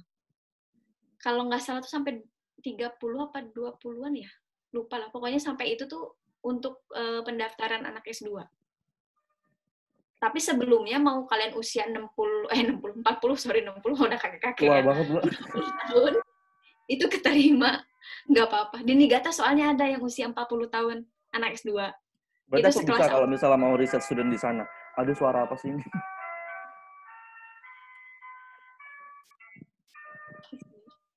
Bisa.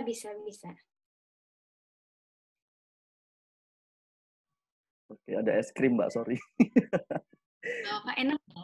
Mbak, berarti gini ya, kalau misalnya aku nih, dari aku pribadi, karena teman-teman belum ada yang nanya juga, kalau misalnya aku kan udah hampir lulus S2 nih, terus pengen riset student ke Niigata misalnya. Berarti aku harus mempersiapkan, apa ya, mungkin nekat aja kali ya. Tapi harus ada duit intinya, ya kan? Itu nggak sih? Kalau Iyalah. urusan bahasa berarti itu bisa. Kalau untuk kasusnya teman-teman yang ingin S3, ini saran saya. Saran saya mending bahasa Inggris aja. Jadi, kalian persiapkan IELTS minimum, kok IELTS ya? Iya ya. IELTS minimum 5,5. Iya sih. Mending itu aja. Karena apa? Karena kalau S3 itu kan lebih lama daripada S2. Bisa 3 tahun, bisa juga 6 tahun. Ya tergantung kalian kan, tergantung kalian progresnya seperti apa kan. Kalian mau dengan bahasa Jepang? Saya sih ogah. Oke, ini Malahim nanya nih, Mbak. Izin bertanya, di sana apa sama kuliahnya di Indonesia kayak sama kayak di Indonesia atau di Jepang? Di Jepang apakah sama sistemnya kayak di Indonesia? Ini ada jam-jamnya dan seperti apa kayak gitu. Sistem Ada kuliahnya nih, sama. Mbak. Sama untuk siapa Malahin? Sama seperti di Indonesia. Apa namanya? Ada jam-jamnya, tapi mereka kalau di Indonesia tuh start 7:30 nggak sih startnya? Jam berapa ya? 8. Tergantung kampusnya sih beda-beda. Beda ya. Kalau di kampus Nagoya sih startnya jam 8.45. Begitu. Sama sih kurang lebih sama, moving class, terus profesor-profesornya menjelaskan. Sama, cuman oh iya, perbedaannya ada di Zemi. Namanya tuh Zemi, kayak seminar gitu. Nah, kalau di seminar itu tergantung juga jurusan kalian. Kalau di jurusan saya, mungkin bisa dikatakan strict kali ya. Jadi kita diwajibkan presentasi di depan anak S2, anak S3, anak postdoc, dan profesor kurang lebih 30 orang. Dan kita mempresentasikan progresnya penelitian kita sejauh mana. Dari mulai kita menyusun kerangka penelitian, dari mulai kita membicarakan tentang teori apa yang akan kita apply di penelitian kita, gimana caranya kita akan meneliti di lapangan, dan nanti kita kayak seolah-olah berdiskusi gitu loh dengan mereka-mereka orang. Itu biasanya kalau di kampus, di jurusan saya itu, masing-masing orang kita wajib presentasi sekitar 1,5 jam. Begitu. Berarti nggak jauh Itu aja beda kali untuk bedanya. budaya belajarnya ya. 1 semester sekali lah pokoknya itu. Tapi kadang-kadang ada 1 semester 2 kali. Kayak mungkin sistemnya kali ya, kalau di Indonesia anak S2 tuh apa defense apa namanya? Apa sih, sidang terbuka. Hasil. Oh iya, Sidang terbuka. Jadi kayak kita tuh terus-terusan sidang terbuka gitu kayaknya tuh. Tapi lebih enak. Ya. Tapi lebih enak maksudnya kalau untuk anak S2 nih, itu nggak ada kata kita extend. Kalau udah 2 tahun ya pasti 2 tahun lulus. Karena kan setiap hari kita sidang terbuka. Itu nggak ada kata telat lulus. Oke, baik Kak, ujian masuk perguruan tingginya pakai kanji apa pakai bahasa Inggris? Bahasa Inggris. Jadi kalau saran saya, Sukma, kamu pilih kampus yang 7 kampus favorit kalau pengen negeri ya. Kamu pilih 7 kampus favorit karena di situ mereka lebih terbuka bahasa Inggrisnya gitu. Mereka bisa welcome lah. Dalam perkuliahannya juga semua pakai bahasa Inggris. Kecuali kalau kalian pengen ini ya, kalau misalnya Sukma pengennya pakai bahasa Jepang lah gitu. Ya udah, itu lebih luas lagi, mau kampus manapun luas. Kalau untuk anak UNS, jurusan pertanian, Sukma tuh UNS ya kalau nggak salah ya, itu biasanya dia ngelinknya ke Gifu University. Itu isinya UNS semua. Dan profesor siapa sih namanya? Ada profesor di Faperta di UNS, itu dia bisa menerima mahasiswa Indonesia tanpa perlu tes di Jepang. Jadi dengan letter rekomendasi dari beliau, itu kalau kamu akan keterima otomatis di Gifu University. Ini info yang saya dapat ya dari UNS. Oke. Yes, betul. Iya, benar-benar. Dari Indonesia juga harus ada ini Mbak ya, untuk mungkin apa ya, profesor yang ngejamin kita juga, yang rekomendasiin. Terus di Jepang juga harus ada orang yang ngejamin kita gitu intinya ya. Iya, kalau itu lebih baik ya. Kalau saya kan, kalau kasusnya saya nggak ada siapa-siapa. Di Indonesia nggak ada, di Jepang nggak ada. Oh gitu. Ya ini Pak.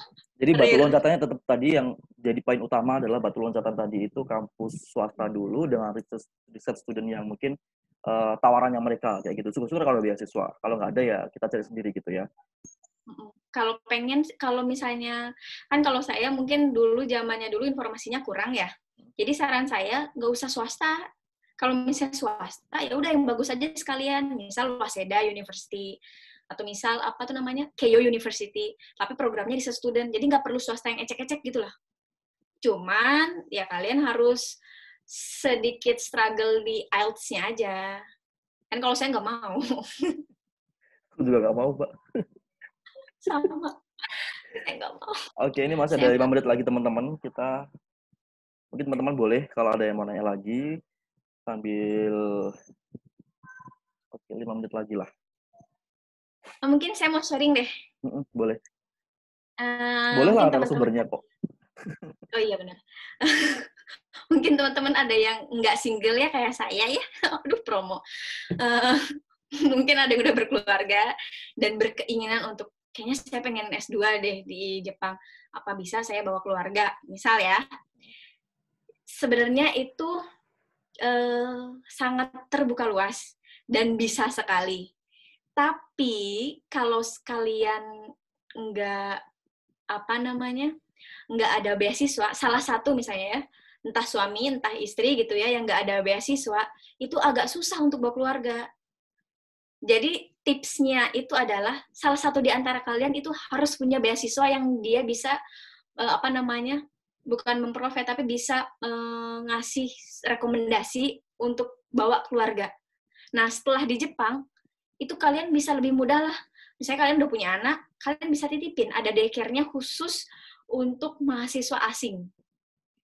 Jadi nggak perlu khawatir gitu. Nanti saya nitipin anak di mana? Masa nanti saya bawa keluarga, misalnya saya bawa istri saya, tapi istri saya misalnya yang belajar istri, masa yang harus ngurus anak suami saya, kan suami saya bisa bekerja. Ya kalian bisa titipin di tempat penitipan anak.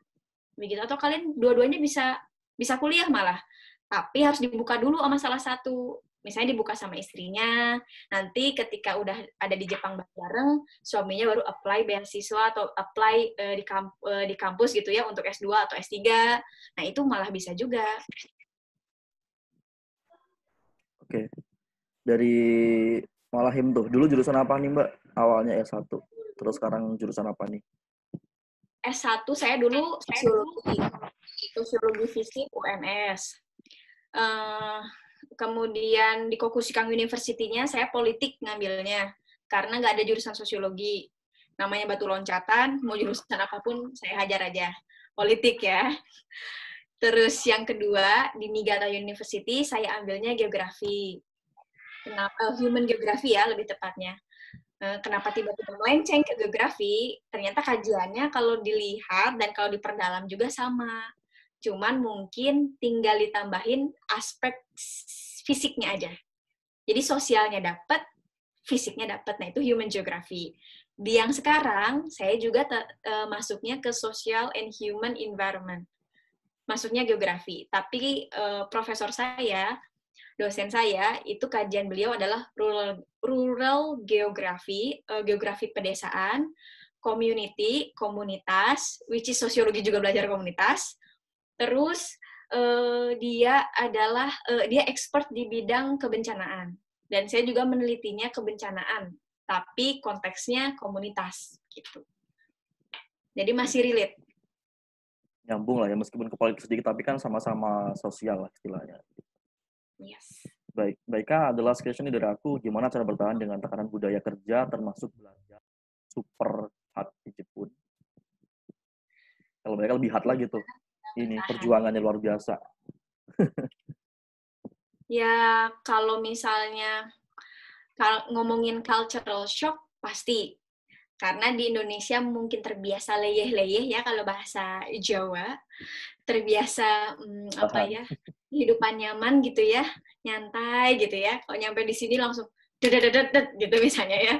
Itu awal-awal pasti shock, tapi lama-kelamaan mengikuti juga, alhamdulillah. Ya, cuman mungkin yang bagi teman-teman shock, nanti kalian akan dihadapi dengan kita tidur satu hari mungkin 3 jam, 4 jam gitu. Mungkin dulu kita nggak pernah kali ya, kayak gitu. Kalau saya dulu nggak pernah, saya soalnya nggak pernah begadang zaman dulu. Nah, nyampe di sini, hampir setiap hari tidurnya 3 jam, 4 jam. Dan di waktu selain waktu tidur itu aktivitasnya full. Mungkin kalau di kita kan nongkrong di kafe misal ya, nggak ada, kita nggak ada kayak gitu, nggak ada nongkrong. Untuk yang nggak punya beasiswa ya, kalian nggak bakalan kepikiran nongkrong, cari uang pasti kalian pikirannya. Biasa. Gitu sih. Iya, lebih. Oke, pasti culture shock itu pasti terjadi berarti Mbak ya, untuk teman-teman mahasiswa yang kuliah di luar negeri. Gitu. Ini dari Rina, Mbak, apakah dari lulusan luar negeri itu ngejamin bakal dapat pekerjaan yang bagus di Indonesia, dan mereka langsung beranggapan bahwa kerja di Indonesia itu lebih mudah gitu kan? Nah, teman-teman biasanya dari HRD itu dibandingkan dengan lulusan S1 itu kayak gimana?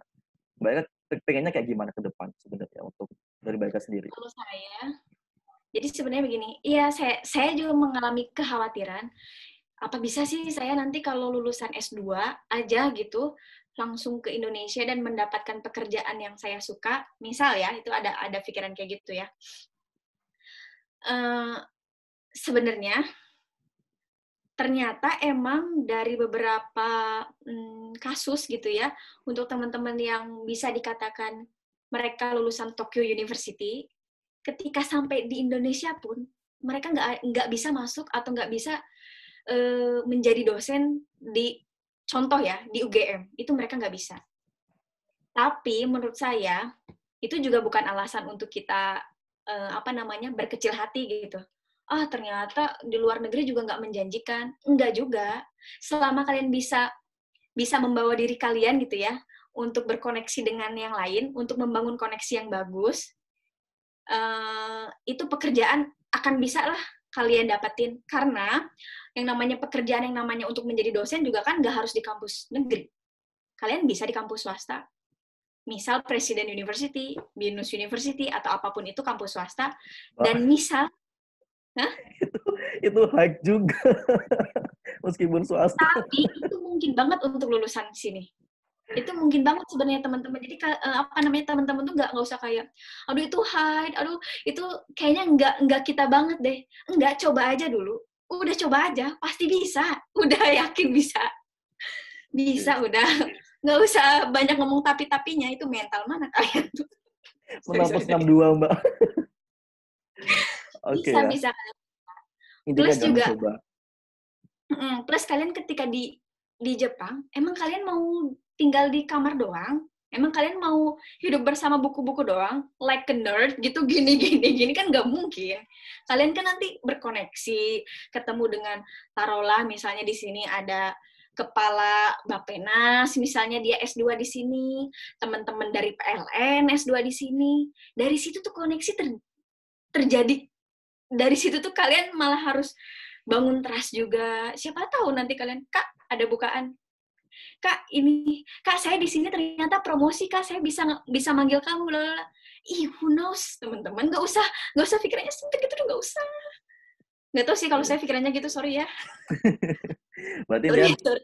ini ya, apa namanya, coba dulu dan jalani aja.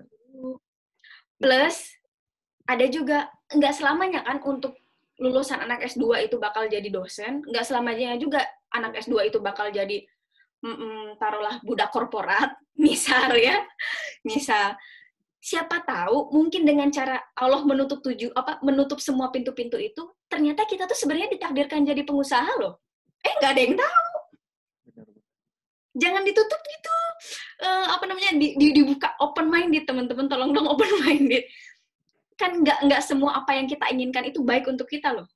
Mungkin Allah itu lebih tahu apa yang baik untuk kita kan. Saya jadi menggebu-gebu, maafkan. Maaf. Kita suka semangatnya, Mbak. Kita suka semangatnya. Kita butuh struman semangatnya, sama kayak yang dibilang Sukma tadi. Mulai ke strum semangat. Sorry.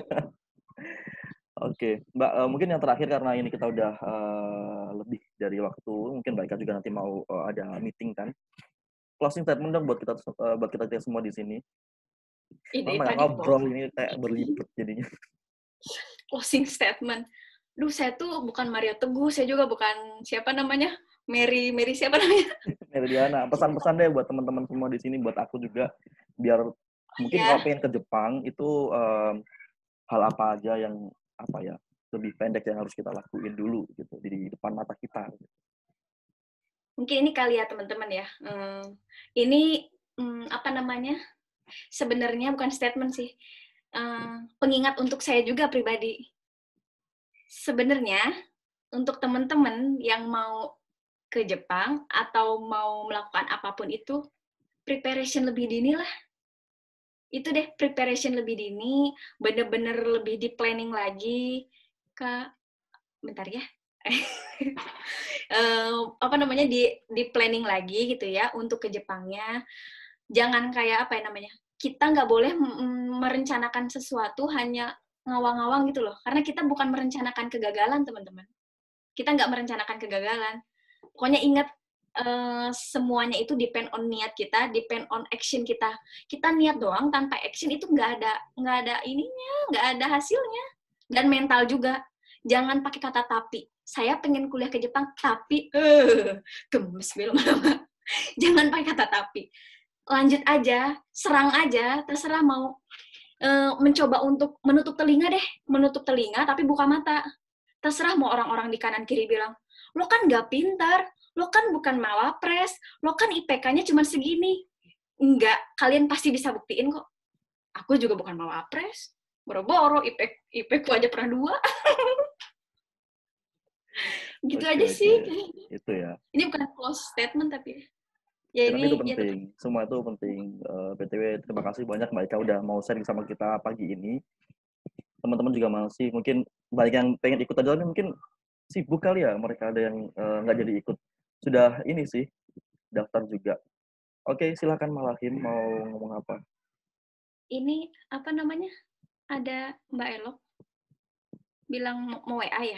Tapi gini Mbak, ya mungkin saya bakal saya juga ini ya, bukan artis juga sih. Maksudnya saya bakal bagiin nomor WA.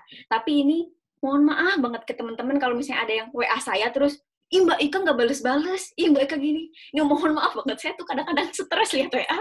Ini mohon maaf banget ya, saya akan bales kalau hati dan pikiran saya lagi terbuka gitu ya. Ya karena gitu, teman-teman mungkin teman-teman perlu diketahui juga Mbak Ika tuh baru-baru ini baru-baru ini aja baru on di WhatsApp gitu, baru sehari 2 hari ini ya Mbak ya kalau nggak salah ya. Iya 3 hari ini. Nah sebelumnya tuh Instagram udah nggak aktif lagi, Mbak Ika baru-baru udah fokus sama S2-nya. Jadi kita sempat hampir setahun ya Mbak kita nggak kontak kali ya. Kayaknya. Maaf ya. Gitu. Jadi mungkin nanti kita boleh share di Facebook juga, mungkin bisa di direct message juga bisa, Mbak Ika nanti langsung aja ke orangnya gitu. Oke, baik teman-teman, mungkin cukup ya Mbak ya. Ada yang mau disampaikan lagi? Mungkin ada tambahan barangkali? Mbak siapa? Mau ngobrol apa? Nah, itu Mungkin teman-teman mau itu WhatsApp-nya. Baik Kak, boleh dicatat kalau mau sharing boleh. Karena kita di sini juga selain kita sharing-sharing kayak gini biar manfaat di tengah pandemi kayak gini juga pengen menambah link kali Mbak ya, karena itu penting juga. Apalagi dari yang udah ngalamin 4 tahun gitu loh, perjuangan yang luar biasa itu kan. Aku aja masih butuh tapi-tapian Mbak, karena nggak ada IELTS tapi nggak bisa bahasa Inggris, tapi nggak bisa bahasa Jepang. Nggak boleh. Tapinya di-delete tapinya. Gitu sih. Itu teman-teman untuk nomor WhatsApp-nya. Terima kasih banyak Mbak Ika udah mau berbagi dengan kita semua di sini. Semoga apa yang kita Kalian nggak mau foto bareng apa? boleh lah, ayo foto dulu nih. Nih teman-teman nggak ada yang kameranya di on kan dong teman-teman. kameranya di on kan dong. Pakai Kita kerudung. foto dulu. Pakai mau kenal biasanya kalau webinar mah. Halo Mbak Elo, salam kenal semua teman-teman. Ya Mbak Yasmin, unmute boleh, di unmute boleh. Boleh unmute. Ih, cantik. Kan bener tadi. Ada Mia, Kak Yasmin, Raka. Ini yang mau ke Jepang. Sukma. Nih, yang mau ke Jepang nih. Oh, yang mau ke Jepang.